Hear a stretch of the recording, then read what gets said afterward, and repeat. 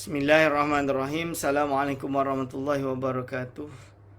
Maaf terputus kali kedua. Saya pun tidak tahu kenapa di Facebook ini terputus dah 2 kali. Saya tak tahu kenapa, kerana kalau internet, insyaAllah internet dari sini full, Unify, tak ada masalah sepatutnya. Tapi saya heran kenapa masih terputus. Jadi nanti insyaAllah habis rakaman ni, mohon kepada pihak masjid untuk menelitinya. Okay, saya meneruskan, iaitu dengan rahmatmu aku meminta tolong dan daripada siksaanmu aku berlindung. Janganlah engkau serahkan aku kepada diriku walaupun hanya sekejap di mata. Dan perbaikanlah segala urusanku seperti mana engkau perbaiki, dan perbaikanlah segala urusanku seperti mana engkau perbaiki urusan hamba-hambamu yang soleh. Jadi kita ingin Allah SWT menjadikan kita termasuk di kalangan hamba-hamba Allah yang soleh. Itu isi doa di sini. Ini adalah doa yang Rasulullah SAW ajarkan kepada Sayyidatuna Fatimah radhiyallahu anha. Kemudian maka dibaca olehmu akan doa yang dibaca akan dia oleh Nabi Isa AS, iaitu jadi ini doa pula yang dibacakan oleh Nabi Isa AS. Allahumma inni asbahatu la astati'u daf'a ma akrahu wa la amliku naf'a ma arju wa asbaha al-amru biyadika la biyadi ghairika wa asbahatu murtahinan bi'amali fala faqira afqara minni ilaika wa la ghaniya aghna minka anni Allahumma la tushmit bi aduwi wa la tasu' bi sadiqi wa la taj'al musibati fi dini wa la taj'alid dunya akbar hammi wa la mabalagha ilmi wa la tusallid alayya man la yarhamuni. Yang bermaksud, ya Allah, sesungguhnya jadilah aku tiada dapat menolak apa-apa yang aku benci akan dia. Dan aku tiada memiliki kemanfaatan daripada apa yang aku harapkan. Dan jadikanlah segala urusanku di tanganmu, bukan di tangan orang lain. Dan jadikanlah aku terikat dengan amalanku sendiri. Maka tiada orang yang fakir yang lebih fakir daripada aku. Fakir ni berhajat, berharap kepada Allah SWT. Kita ni semua berhajat kepada Allah. Lalu dia kata apa? Maka tiada orang yang kaya yang lebih kaya daripada engkau. Kerana kaya ini maksud dia tidak berhajat kepada sesuatu apapun. Ya Allah, janganlah engkau sukakan akan musuhku. Dan janganlah engkau jahatkan akan kawanku, dan janganlah engkau jadikan musibahku pada agamaku, dan jangan engkau jadikan dunia ini sebesar-besar cita-citaku. Dan jangan pula engkau jadikan dunia ini kesudahan daripada ilmuku. Jadi jangankan dunia ini kesudahan daripada ilmuku. Dan jangan engkau kuasakan ke atasku dengan sebab dosaku, dan akan orang yang tiada menaruh belas kasihan kepadaku. Okey, ini adalah doa-doa yang diajarkan oleh baginda Nabi Muhammad SAW kepada sahabatnya, kepada isteri dia, kepada anaknya dan lain-lain. Kemudian baca olehmu, ini kata-kata Syekh Abdul Samad Al-Falibani rahimahullah. Kemudian baca olehmu akan doa yang engkau kehendaki daripada doa yang datang daripada Rasulullah SAW. Dan daripada sahabat dan daripada orang yang soleh-soleh dahulu. Daripada segala doa yang tersebut di dalam Ihya Ulumuddin bagi Imam Al-Ghazali rahimahullah. Ini adalah disebutkan oleh Imam Al-Ghazali rahimahullah.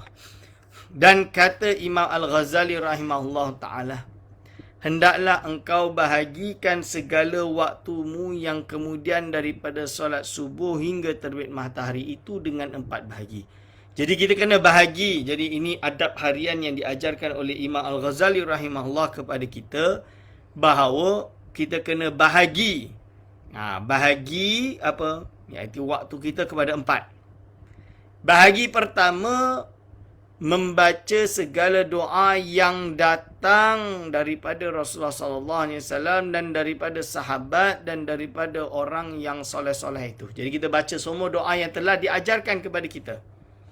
Oleh Rasulullah dan segala orang-orang yang soleh. Lalu bahagi kedua, masuk bahagian kedua.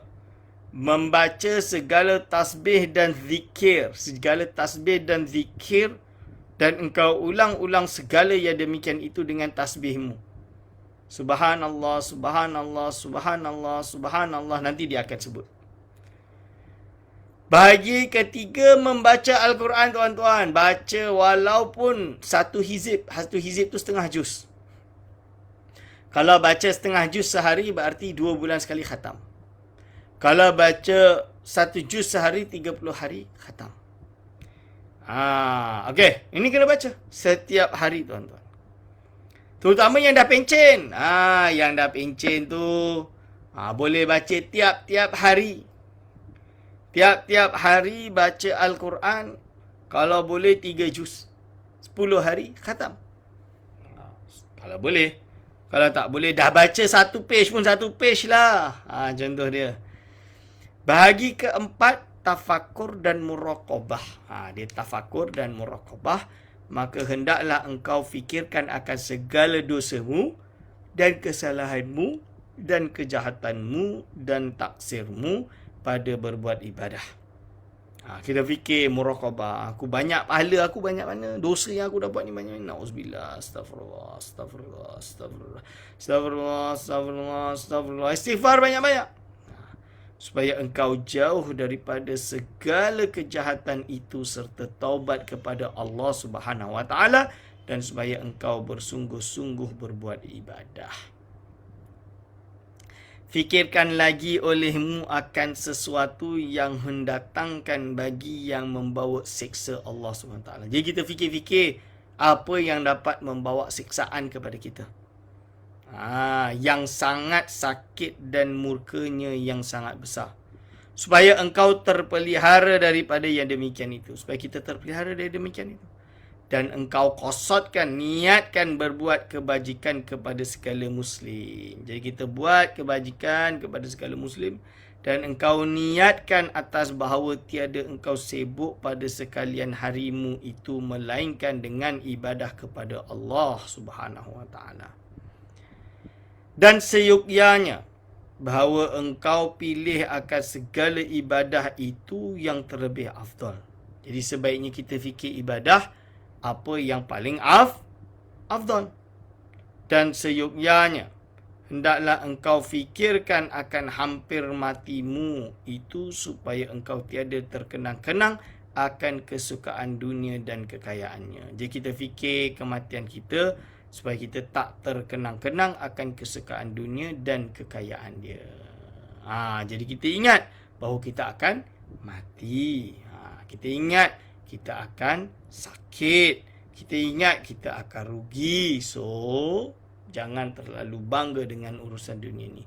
Jangan bangga dengan harta kita. Jangan bangga dengan ibu bapa kita. Jangan bangga dengan anak kita. Dengan kejayaan dunia mereka, jangan kita bangga. Oh, ayah saya ini adalah seorang Perdana Menteri, adalah seorang menteri, adalah seorang presiden, ada seorang dan lain-lain. Oh, jangan. Begitu juga, oh, anak saya orang yang hebat, orang yang apa. Jangan. Okey. Hendaklah engkau jadikan segala zikir dan segala tasbihmu itu 10 kalimah. Jadi ini dibaca sebanyak 10 kali. Ini adalah wirid yang diajarkan Imam Ghazali kepada kita semua. La ilaha illallah wahdahu la syarikalah. Lahul mulku wa lahul hamdu yuhyi wa yumit. Wa huwa hayyu la yamutu biyadihil khair. Wa huwa ala kulli syai'in qadir. Maksudnya tiada Tuhan yang disembah dengan sebenarnya kecuali hanya Allah yang bersendirian. Tiada sekutu baginya. Di tangannya segala kebaikan dan dia berkuasa atas segala sesuatu. Baca 10 kali. La ilaha illallahul mulkul malikul haqqul. La ilaha illallah al-malikul haqqul mubin. Itu bunyi dia. Kalau kami dulu di pondok, lagu-lagu ni lah dah dah lama tak zikir yang apa dia panggil ratib tu. Zikir ratib tu, la ilaha illallah al-malikul haqqul mubin, Muhammadur Rasulullah sadiqul mu'min. Itu. Tiada Tuhan yang disembah dengan sebenarnya kecuali Allah yang memiliki segala kerajaan dan kebenaran dan yang menampakkan jalan yang lurus. Ini adalah baca 10 kali juga. La ilaha illallah wahidul qahhar rabbul samawati wal ardi wa ma bainahuma al-azizul ghaffar. Jadi tiada Tuhan yang disembah dengan sebenarnya kecuali hanya Allah yang Maha Esa, lagi Maha Gagah, Tuhan yang memiliki segala langit dan bumi dan apa yang ada di antara kedua-duanya. Tuhan yang Maha Gagah lagi Maha Mengampuni. Ini baca 10 kali. Subhanallah walhamdulillah wa la ilaha illallah wallahu akbar wa la hawla wa la quwwata illa billahil aliyil azim. Ini yang dalam hadis khafifatan khafifah fil lisan tapi sakilatun fil mizan. Ini adalah la subhanallah wa bihamdihi wa la ilaha illallah wallahu akbar. Subhanallahil azim yang tu. Maha suci Allah dan segala pujian bagi Allah dan tiada Tuhan yang disembah dengan sebenarnya kecuali hanya Allah dan Allah Maha Besar dan tiada daya dan upaya kecuali hanya bagi dengan pertolongan Allah yang Maha Tinggi lagi Maha Agung. Subuhun Quddus Rabbul Malaikati Warruh. Iaitu Maha Suci Allah lagi Maha Bersih Tuhan kami dan Tuhan Malaikat dan Ruh. Subhanallah wa bihamdihi subhanallahil azim. Ini yang tadi tu, yang saya sebut hadis tadi. Maha Suci Allah dengan segala pujian, Maha Suci Allah yang Maha Agung. Astaghfirullahalazim alladzi la ilaha illa huwal hayyul qayyum. Wa as'aluhu taubata wal maghfirah. Maksud dia, aku memohon ampun kepada Allah yang Maha Agung, yang tiada Tuhan yang disembah dengan sebenarnya kecuali hanya Dia, iaitu Tuhan yang hidup, yang berdiri sendiri. Aku memohon kepadanya akan taubat dan keampunan dosa. 10 kali. Allahumma la mani'a lima a'taita wa la mu'ti'a lima mana'ta wa la yanfa'u dzal jaddi minkal jadd. Ini pun baca 10 kali. Ya Allah, tiada yang menghalang bagi apa yang Engkau berikan kurnia. Dan tiada yang memberi kurnia bagi apa yang Engkau menghalangkan, yang Engkau halangkan. Dan tiada yang dapat menolak bagi apa sahaja yang Engkau putuskan. Dan tiada memberi manfaat akan sesuatu kekayaan di sisimu oleh orang yang kaya. Ini baca 10 kali juga. Allahumma salli ala Muhammad wa ala ali Muhammad wa sahbihi wa sallim. Ya Allah, cucurilah rahmat dan salam sejahtera kepada junjungan kami Nabi Muhammad sallallahu alaihi wasallam dan kepada keluarganya serta para sahabatnya. Bismillahilladzi la yadurru ma'asmi syai'un fil ardi wala fis sama wa huwas samiul alim. Ini doa ruqyah ni. Dengan nama Allah yang tiada dapat memberi mudarat dengan berkat menyebut namanya oleh sesuatu yang ada di bumi ataupun di langit, dan Dialah Tuhan yang Maha mendengar lagi Maha mengetahui. Ini amalkan. Ulang-ulangkan olehmu setiap satu daripada sekalian zikir, tasbih dan doa ini 100 kali ataupun 7 kali. Ulang-ulang 170 kali ataupun 10 kali. Minimal 10 kali. Iaitu sekurang-kurangnya. Supaya jadi perhimpunannya itu sebanyak 100 kali. Kalau 10, 10, 10, total ada 10, 10 kali 10, 100. Berarti zikir kita dah 100 sehari. Itu maksud daripada Imam Al-Ghazali rahimahullah. Dan lazimkan olehmu akan segala wirid-wirid ini serta jangan engkau berkata-kata dahulu daripada terbit matahari, kerana tersebut di dalam hadis Nabi SAW bahawasanya yang demikian itu terlebih afdal daripada memerdekakan 8 orang sahayanya daripada anak Nabi Allah Ismail AS, iaitu mengucap akan zikir yang tersebut itu kemudian daripada solat subuh hingga terbit matahari, padahal ia tiada berkata-kata iaitu terlebih afdal daripada memerdekakan 8 sahaya daripada anak Nabi Allah Ismail AS. Maksud dia apa tuan-tuan? Jadi kalau kita boleh, kita penuhkan zikir ini. Jadi 10 ni je, wirid dia tak banyak. 10 ini, zikir ini semua maksurat ya. Ini semua yang maksur. Kita baca 10 kali setelah subuh sebelum terbitnya matahari. Setelah subuh sebelum terbitnya matahari, kita wirid ini. Kita wirid dengan zikir ini sebanyak 10-10. Kalau kami di pondok, kami jadikan ini istighatsah setelah subuh. Subhanallah wa bihamdihi subhanallahil azim, subhanallah wa bihamdihi subhanallahil azim, subuhun quddus rabbul malaikati warruh, subuhun quddus rabbul malaikati warruh. Kita buat macam tu 10 kali. Astaghfirullahalazim alladzi la ilaha illa huwal hayyul qayyum wa as'aluhu taubata wal maghfirah. Okey, ila akhiri. Okey. Fasal ke-7.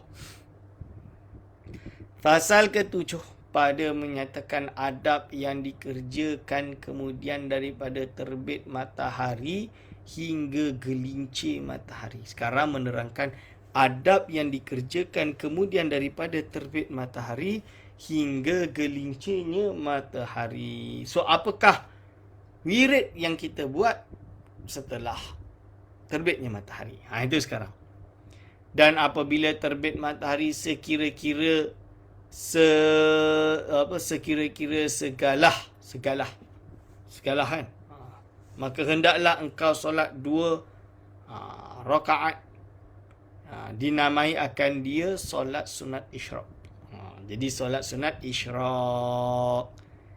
Jadi solat, kerana sabda Nabi Muhammad SAW, man sallal fajra fi jama'atin summa qa'ada yadhkurullaha ila tulu'i syamsi summa salla rak'ataini kanat lahu ka ajri hajjatin wa umratin tamatin. Hadis ini adalah hadis yang diriwayatkan oleh Imam Tirmizi dengan sanadnya sebagai hasan yang gharib. Ditulis itu hasan gharib, juga disebut dalam targhib wa tarhib. Arti apa?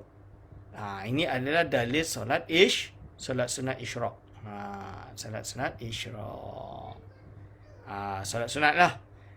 Barang siapa solat subuh berjamaah kemudian maka duduk ia berzikir akan Allah hingga datang kepada terbit matahari, kemudian maka solat ia 2 rakaat, nescaya adalah dianugerahi pahala baginya seperti pahala haji dan umrah dengan sempurnanya.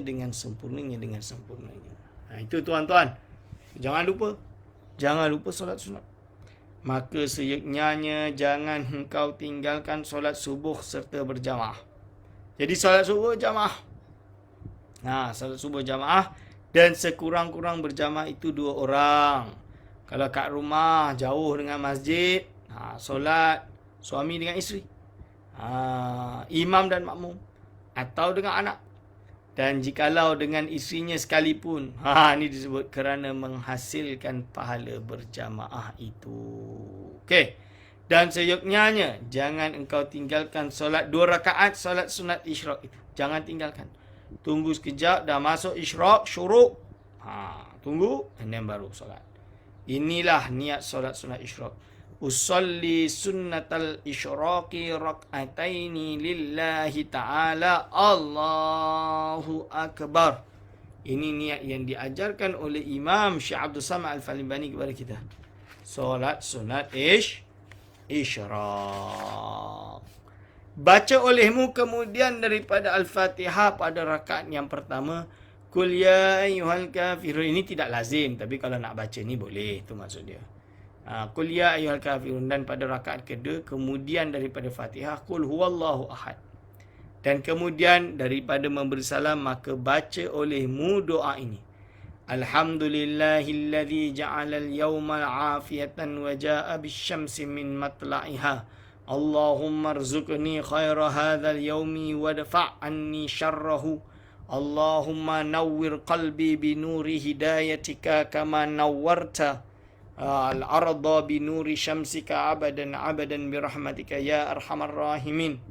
Segala puji bagi Allah yang menjadikan kebaikan pada hari ini dan kembali memunculkan matahari daripada tempat terbitnya.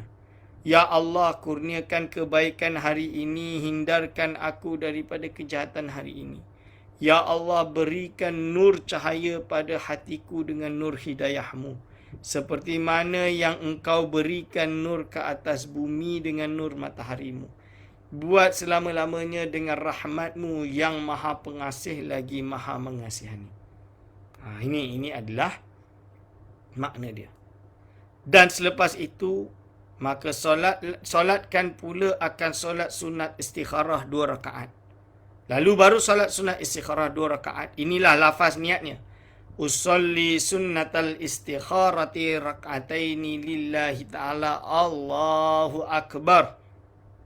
Sahaja aku solat sunat istikharah 2 rakaat kerana Allah Maha Besar. Allahu Akbar tu takbir itulah maksudnya. Seperti yang lagi akan datang kaifiatnya, yang mana kaifiatnya akan disebutkan nanti. Maka jikalau ada bagimu sesuatu hajat yang tidak dapat tiada engkau pergi kepadanya, maka baca olehmu Bismillahirrahmanirrahim. Allahumma kun wijhati fi kulli jihatin wa maqsadi fi kulli qasdin wa ghayati fi kulli sa'yin wa malja'i fi kulli shiddatin wa hammin wa kili fi kulli amrin wa tawallani tawalliya mahabbatin wa inayatin fi kulli halin. Setelah itu engkau kerjakan hajatmu itu. Barulah kita kerjakan hajat kita. Demikianlah engkau kerjakan pada tiap-tiap apa hajatmu yang tiada mengeluarkan engkau daripada sibuk dengan fikir. Itu dia. Dan hendaklah engkau niatkan pada pertengahan pekerjaanmu itu berpaling kepada hak Allah SWT daripada pekerjaan itu. Okey. Itu tadi adalah solat istikharah, dan sekarang solat hajat. Maka jikalau tiada bagimu hajat kemudian daripada solat 2 rakaat sunat istikharah, maka hendaklah engkau mengaji Al-Quran. Jadi lepas solat istikharah, bukan hajat, solat istikharah, maka niatkanlah untuk kita baca Al-Quran, berzikir ataupun mengaji ilmu yang memberi manfaat kepada dunia dan akhirat, seperti yang lagi akan datang sebutannya itu, insya-Allah. Okey, taib. Jadi sampai situ insya-Allah pengajian kita pada hari ini. Maaf dari segi teknikal kenapa termati 2 kali, saya tidak tahu dan tak dapat berbuat apa-apa. InsyaAllah semoga pada pertemuan yang akan datang tidak akan terjadi masalah lagi. Kita akan sambung pengajian ini pada minggu hadapan. Maka dari saya, segala salah silap dari saya mohon maaf sebesar-besarnya. Aku qauli hadza astaghfirullah li wa lakum. Wassalamualaikum warahmatullahi wabarakatuh.